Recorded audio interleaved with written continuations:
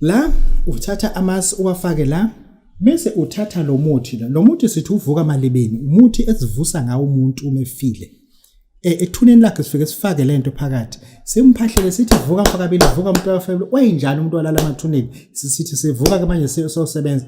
Bese siyamthatha umphefumulo wakhe sowusebenzisa for inzuzo yethu. Not yabantu bakubo. Lana ke even ungathatha impukane uyibulala ngedumu, uthathe lento lo uyibeke eduze kwempukane izovuka. Uma ufika emzini umuntu eshonile, uma ufuna ukuzenza inyanga enkulu, ukubenza isilima abantu uthathe lento uyifake ekhaleni lomuntu bengaboni bona. Noma uyiphonse la ejacketini la ngaphakathi ephaketheni. Uma usuyakhuluma into engasele umsangano, lo muntu unyawo liyaqala nyakaza, uyaqala vibrate, but ukuthi uNkulunkulu usemgqashulile. Yabo. Ukuthi akasakwazi kodwa umzimba uyaqala unyakaza, uyaqala ukudikiza.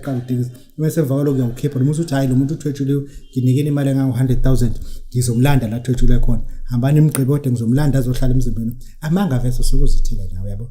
Then ke lana ke sivusa indoda edla amasi. Faka lento la phakathi, ufaka amasi.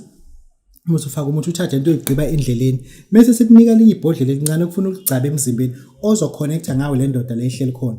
Le ndoda nale bhodlela sizolifaka amasi nalo phakathi futhi.